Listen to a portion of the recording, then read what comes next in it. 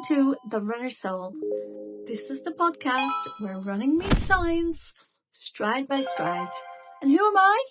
I am Sharon Miller, a resident podiatrist of 20 years and runner and unapologetic but nerd. So we're here today at The Runner Soul, and we've got our guest today is Neil Mills. So, how are you today? I'm very good, thank you. And yourself?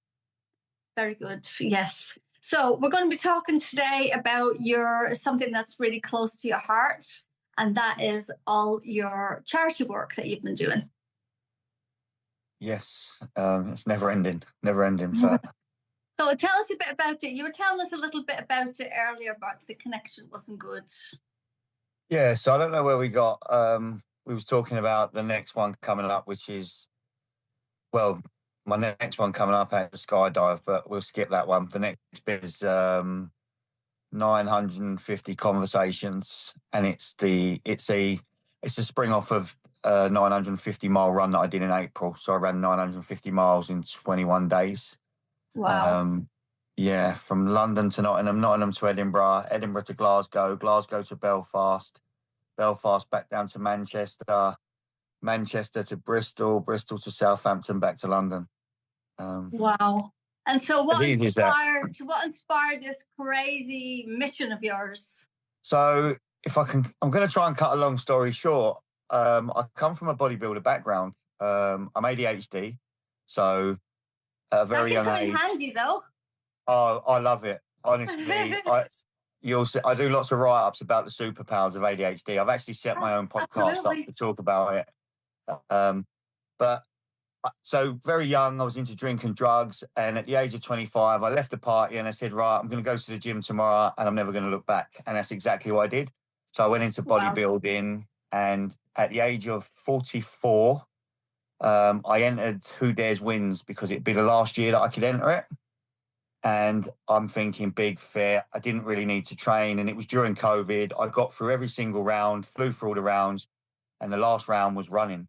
And my wife said, are you going to train for this? I went, no. It's just a military mile and a half. It'd be easy. And I failed really badly. No way. So it hit me hard. And someone made a comment on the back of it. And they said, see, bodybuilders can't run. So you just wait and see. Well, I remember saying, okay, I'm going to run the Brighton Marathon then. So I literally, in 8 months, I ran the Brighton Marathon, and it got really addictive. And in this time, somebody had mentioned Land's End to John O'Groats. So I had it in my head I was going to do Land's End to John O'Groats. So I had this 900-mile run in my mind. I started doing charity work for Young Lives versus Cancer. All their home from homes is 950 miles. So I thought, well, to make it a bit more personal, I'm going to visit all their homes. And that was it. But running's I don't like it, but I love it. Does that make sense? Yes. Yes. Everyone thinks, when they look at you, they go, yeah, but it's all right for you because you've got, and I'm like, no. I get up every morning. I'm like, I run sometimes 20 miles before I go to work. And it's like, I don't want to do that. I don't even want to run. In fact, I actually enjoy 20 miles more than 3 miles because I think 3 miles, especially I hold a lot of muscle still. I'm still 105 kilo, but quite solid frame. So it takes 3 miles to get my breathing good. So people used to say you're not a long distance runner, but I am a long distance runner because the further I go out, the stronger I get. Yeah. There is no superpower, but the fact that I hate it because it's the hardest thing I've ever done, by far. What's the best thing by the sounds of it? For mental health, I've always said so. From running and obviously ADHD and it's superpowers anyway. But I say there's 2 things they should teach at school: English language, whatever language it might be, wherever you come from. But language so that people can express their feelings, and running so that they can digest their feelings, because it's such a good place to be. Absolutely. And it's so good for your mental health, isn't it? You can be feeling, down and feeling like nobody cares. And then you get out there in the fresh air, in nature, and you just keep keep on running, keep on going, and you get all those endorphins just, running about in the bloodstream. And then suddenly you feel, woo, I'm feeling good.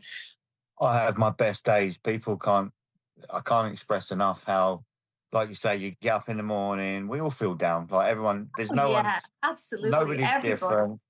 Yeah, everybody. no one's exempt from depression. No one's exempt from anything. It's how you deal with it. So we have a debate, me and my friends, and it's like physical movement or motivational, like a motivational mind. And I'm like, physical movement, because if you don't move, you can't overthink your way out of overthinking, but you can move into existence. If you move into it, you'll keep moving. But if you just stand there again, I need to move, I need to move, I need to move, you're not going to move. So you need both, but I think the first has to be the movement. And the Yeah, wonderful thing about the movement is it can change you from one state to a more positive state in a very, very short time. yeah. Oh, 100%, million percent. And so, have you had any injuries? Have you been lucky to, keep on going? Have you had any injuries you want to tell us about and how I've you had, dealt with that? it was really weird actually, funny enough, because when I come across and what yous do, so most of my injuries have been around stress fractures. They've all been around overtraining, ego. So I always say I've got a typical runner's ego, which is I just want to keep running. It took me, so I got it right for my 950, but prior to that, I overtrained so much. I didn't understand what recovery run meant. I didn't understand what an easy run meant. I used to go out with the same pace week in, week out, another stress fracture, another stress fracture, another stress Yeah. fracture. And I'm like, So, oh, it sounded like you just push yourself to the limit. way past. I remember I ran my best marathon time should have been a 350, 340. And I ended up with a 420, but I had a run 3 weeks prior that if I'd have carried on to the 26 miles, I'd have probably got a 330. That was my marathon run because I just kept overtraining, and then stress fracture just literally before. But And it's like everything, like you don't want to peak too early, because I think the reason why people get injuries is because, physically they know that they can do a certain amount, but the body takes a while to catch up. Like the bones, the ligaments, all the muscles, they are yeah, sort of like a couple of steps behind. yeah, and I made a couple of fatal mistakes as well because I went from, and it's really weird to go from bodybuilding to running and make this mistake, but my mistake was I went from bodybuilding to running. My instant natural reaction was I don't need to train my legs as hard anymore because I'm running.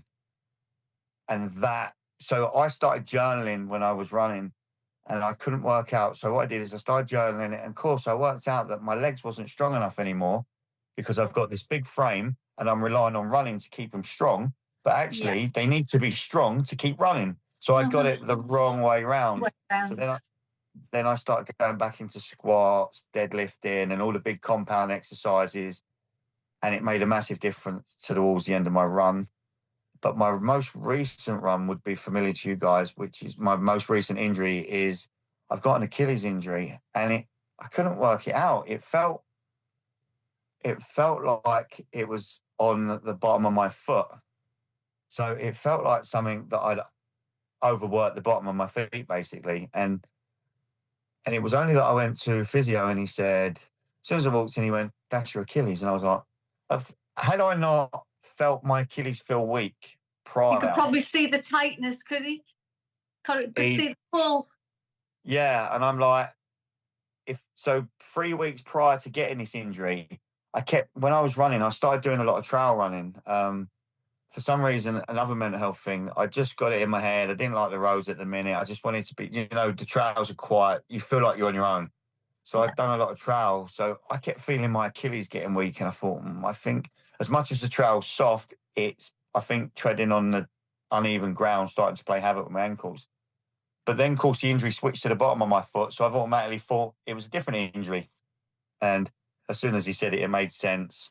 Rested up. I've started getting sensible. When someone says rest, I show compromise because I have to run mental state of mind because when you create something, you have to maintain it. So obviously I've created all the endorphins where I like so much exercise. I love to run every day, but I come to a compromise, which is he says slow down. So, okay, slow down's not actually stop. It's still progression. Walking is still movement, and resting is what's best for me. So yeah, I've been resting up a little bit, taking the advice of like you guys. I mean, podiatrist, they was my life savior on my 950 run, by the way. Oh, Um, really? because we reached out to so many people on my run, and at first we was just getting lots of physios because everyone thought that my legs would go, and it wasn't Yeah. my legs that went; it was my feet. My feet went after 2 days, and I think a guy in Scotland. He was absolutely amazing. He done some amazing work on my feet. A lady in Nottingham, a lady in Bristol, and all different. I think one, two, three, yeah, four altogether. So there was two in Scotland, one in Nottingham and one in Bristol. But yeah, they was like the saviour because literally just at the right time, just as my feet got really bad, and it was like one came forward and reached out on Facebook and said, "Look, we're willing to Oh, that's help." Blah, blah. amazing. Yeah, so So it's they kept you it, on your feet, yeah, literally. literally. Even acupuncture saved me a little bit. It took the pressure off, Yeah, brought the swelling down. Yeah, it's it was pretty really good. good. I do a lot of dry needling, mainly for like plantar fasciitis, and tight calf muscles and stuff, and it's brilliant. Yeah, it So was really good. tell us a bit more about the charity in case anyone wants to support you, and obviously So, send money. so the next charity. So at the moment, I've only just set a page up. So there's two charities I'm going to run for. The main one is the Ollie Foundation, and that stands for One Life Lost Is Enough. It was set up by three parents whose children had committed suicide. Oh, I've become very friendly. So a quick story is there's a guy in my gym named Chris. He won't mind me talking. And I talk to him all the time, but you don't know him. And he's smiling and he's always happy. And then one day I had this jumper on. I love this jumper. It's really quirky. And it says on the back of it, to the person behind me, the world is a better place with you in it. Love the person in front of oh, you. Well, this Chris had the same jumper on. So it sparked off a little bit of a connection and a conversation. a Got talking bromance. to him. Yeah, big time. And he started telling me about his story with his son and the charity and what they do. And I was just like, I've got 5 children, and I'm like, oh my God, how does this Touched your guy, heart. Yeah. yeah, how have you lost your son and you've managed to turn this thing into a positive? Um, and I was blown away by him. So I said, once I've done my run, I'm going to come back for you, and my next charity work is going to be for you. So, like I say, I've set the page up. My Instagram is at Neil Mills 950, I believe. I'm going to put the link in my bio there, and that's where Right. everyone will be able to donate. I'll put more up as the year goes on. Like I say, this is the date set for this is the 23rd of September next year, 23rd. and it's going to run to the 7th of October. Well, we'll be right behind you, Neil. We'll be charting your progress. Yeah, that'll be amazing. That'll be amazing. Oh, that's brilliant. And what advice would you have for, like, say, somebody who is maybe just going through a very hard time where they feel a bit overwhelmed, and, they just kind of feel, they feel alone, basically. What advice would you give them about, how to get into the running? So the biggest thing I would say is, quite funny enough, the biggest run I've done is the biggest breakdown for mental health for me, because everyone said, how did you do it? So my advice is, don't think about the long haul. Think about what you're doing now. If you don't feel confident with running, if you can get 100 meters today and push to 150 meters by the end of the month, that's progress. Be happy with what you've got.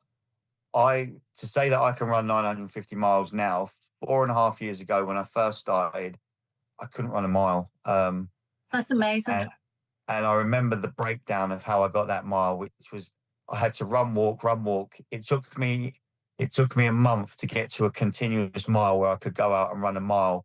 In 8 months, I ran the Brighton Marathon. So my advice is keep at it, keep going, walk a lot, run a lot, talk a lot. And if you're just running for your mental state of mind, find something that suits. Because I actually like interval running because I find it more enjoyable, which is Yeah. to sprint, walk, sprint. It breaks it up, it makes it more enjoyable.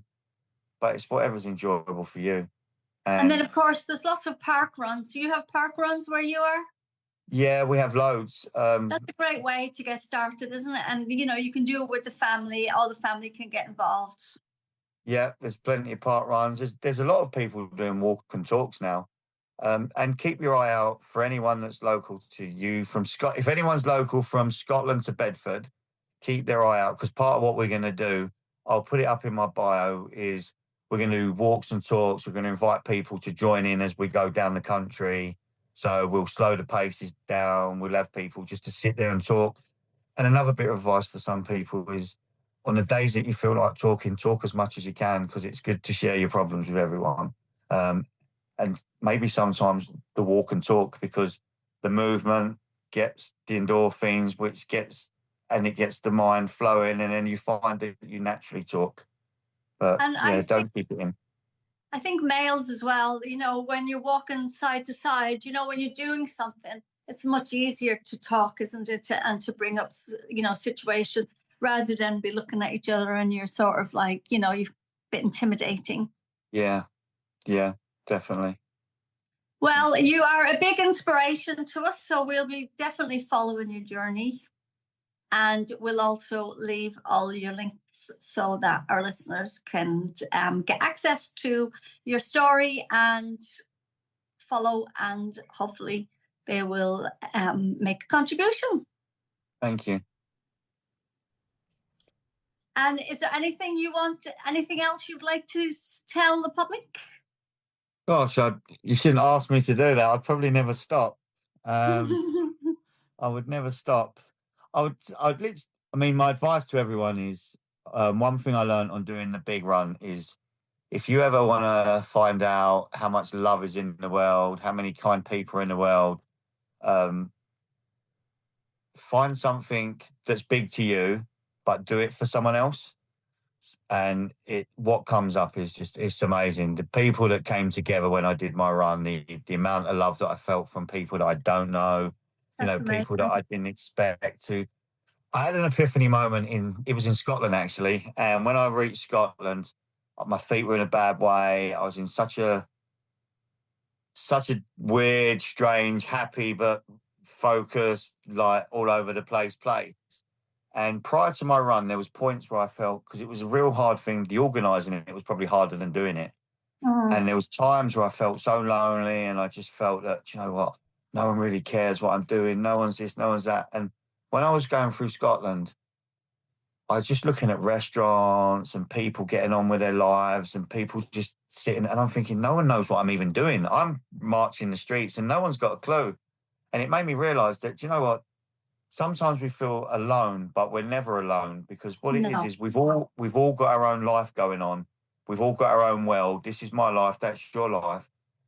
But when we need people, everyone comes together when you need them. So just because sometimes it feels like everyone's got their own stuff going on, it doesn't mean no one doesn't care. It just means that they've got their own stuff going together. But when you need people the most, that run, it just made me realize that all of a sudden it got overwhelming because there was actually too many people. It was like there's too much love.